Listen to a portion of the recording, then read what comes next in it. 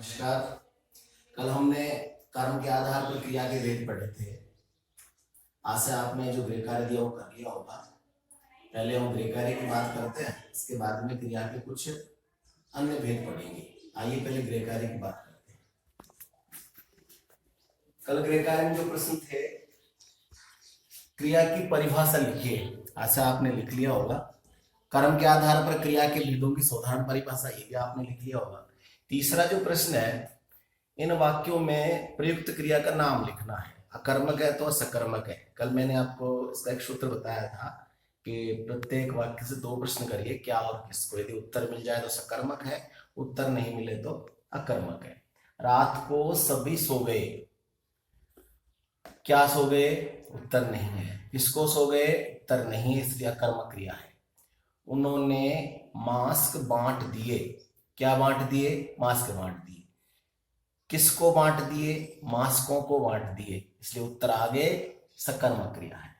उसने केले खरीदे, क्या खरीदे, केले खरीदे। किसको खरीदे, केलों को खरीदे, इसका भी उत्तर आ गया, सकर्मक क्रिया है। वे घर पर ही है, क्या है, किसको है, दोनों का उत्तर नहीं आया, अतः हम कह सकते हैं यह कर्मक क्रिया है। ऐसे ही रचना के आधार पर हम इसके अन्य भेद देखते हैं।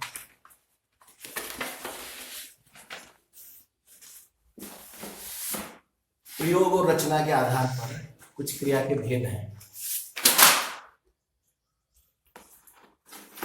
इसमें सबसे पहले है संयुक्त क्रिया। दो या दो से अधिक धातुओं के योग से बनने वाली क्रियाएं संयुक्त क्रियाएं कहलाती हैं, अर्थात जिसमें दो या दो से अधिक क्रियाएं होंगी। हमें यह भी ध्यान देना होगा कि संस्कृत में जो धातुएं होती हैं उन्हीं से हिंदी में क्रिया बनती है। वे नाश्ता कर चुके हैं, यहाँ पर जो कर और चुके हैं तीन क्रियाएं हैं, इसलिए दो से अधिक क्रिया आने के कारण या दो क्रिया आने के कारण संयुक्त क्रिया है। चीन में कोरोना लौट आया है, यहाँ पर लौट आया है, एक से अधिक क्रियाएं हैं, इसलिए ये भी संयुक्त क्रिया है। दूसरा अपना इस संयुक्त क्रिया के चार प्रकार हैं।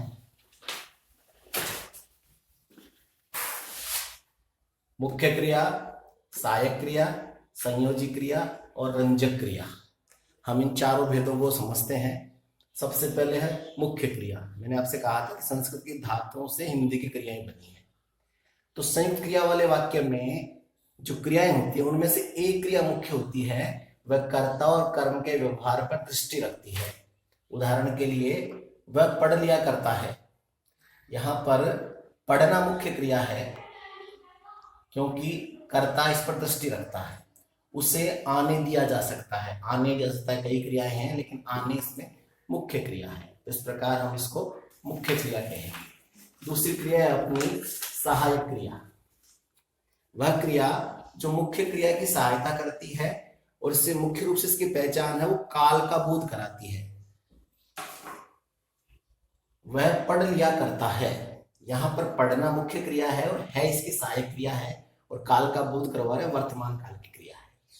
उससे आने दिया जा सकता है, आने मुख्य क्रिया है इसकी सहायक क्रिया है, वर्तमान काल का बोध कराती है। आंग्ल भाषा में जो is, am are, was, were, will, shall, ये जो सहायक क्रियाएं हैं, वहां जिसे हम हेल्पिंग वर्ब कहते हैं, वैसा ही यहाँ गागेगी, था, थे, थी, है, हा, ही, ये सब सहायक क्रियाएं हैं। इसी का तीसरा भेद है अपना संयोजी क्रिया। संयोजी क्रिया नाम से स्पष्ट है कि जहां संयोग होता है। वे क्रियाएं जो मुख्य क्रिया के पक्ष में वृत्ति और वाच्य की सूचना देती हैं। उदाहरण देखिए, मैं पढ़ना चाहता हूं, यहाँ पर पढ़ मुख्य क्रिया है, ना इसके साथ हमने जोड़ा धातु में, और चाह तो रंजक पैदा करती है, संयोग बनाते हैं दोनों मिलकर।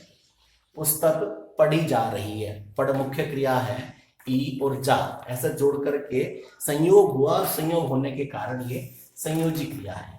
चौथा भेद है इसका रंजक क्रिया। नाम से स्पष्ट है, रंगने वाली, अर्थात मुख्य क्रिया या उसके अर्थ में जो नया रंग या विशेषता लाए उस क्रिया को हम रंजक क्रिया कहते हैं। एक तरह से मुहावरे वाली क्रिया होती है, जैसे क्रिया है जाना, अब जाना का रंजक क्रिया में रूप कैसे बनेगा? छा जाना, खा जाना, बढ़ जाना। ऐसी क्रिया है पढ़ना, टूट पड़ना, फूट पड़ना, उबल पड़ना, ये रंजक क्रिया के रूप हैं। ये 4 संयुक्त क्रिया के भेद थे। इसके अलावा भी क्रिया कुछ भेद हैं। एक क्रिया है प्रेरणार्थ क्रिया। नाम से स्पष्ट है कि यहाँ कर्ता स्वयं कार्य न करके किसी अन्य से करवाता है, प्रेरणा देकर कार्य करवाता है, उसे हम प्रेरणार्थ क्रिया कहते हैं। जैसे व्यवस्थापक जी ने मुझसे वीडियो बनवाया। यहाँ पर व्यवस्थापक जी करता है, लेकिन वे स्वयं काम न करके दूसरे को प्रेरणा देकर वीडियो बना रहे हैं, इसलिए यह प्रेरणार्थ क्रिया है। मोहन धोबी से कपड़े धुलवाता है। या मोहन करता है लेकिन स्वयं कपड़े नहीं धुलता, धोबी को प्रेरणा या पैसे देकर के कपड़े धुलवाते हैं, इसलिए ये प्रेरणार्थ क्रिया है। दूसरा इसका अन्य क्रिया विभाग पूर्वकालिक क्रिया। नाम से स्पष्ट हो गया, पूर्व यानी जो उसका काल पहले हो गया उसे पूर्वकालिक कहेंगे। जब कर्ता एक क्रिया समाप्त करके दूसरी क्रिया करता है तो जो क्रिया समाप्त हो गई उसे पूर्वकालिक क्रिया कहेंगे, पूर्वकालिक क्रिया कहलाती है। इसकी पहचान है कि दोनों के बीच में कर शब्द का प्रयोग होता है। जैसे राम स्नान कर भोजन करता है, कर शब्द आ गया, पूर्वकालिक क्रिया स्नान हुई। वह पढ़कर सोती है, या पढ़कर सोती, 2 क्रियाएं हैं, तो पढ़कर पढ़ना जो क्रिया है ये पूर्वकालिक क्रिया हो गई, सोना द्वितीय क्रिया है। तीसरा जो इसका प्रकार है वह सजातीय क्रिया, आखिरी क्रिया है ये। एक ही धातु से बनी 2 क्रियाएं और दोनों एक साथ प्रयुक्त हो, उसे हम सजातीय क्रिया कहते हैं। हम कोरोना से लड़ाई लड़ रहे हैं, या लड़ाई और लड़, ये दोनों, लड़ जो क्रिया है मुख्य धातु है, दोनों एक से बने हैं। वह अपनी पढ़ाई पढ़ रहा है, यहाँ पर भी पढ़ाई और पढ़, पढ़ना जो क्रिया है मुख्य पढ़, उससे बने हैं, तो उसे सजातीय क्रिया कहते हैं। ये क्रिया के अन्य भेद हो गए। आज के गृह कार्य के लिए पहला प्रश्न है संयुक्त क्रिया और उसके भेदों की सोधारण परिभाषा लिखिए। दूसरा प्रश्न है निम्न क्रियाओं की सोधारण परिभाषा लिखिए।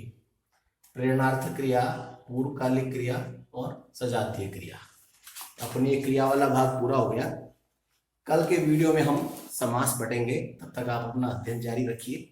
आशा करता हूँ आपने अपना जो चैनल है www आदर्श शिक्षा समिति जयपुर, इसको सब्सक्राइब कर लिया होगा, लाइक कर लिया होगा, नहीं किया है तो इसे लाइक करें। धन्यवाद।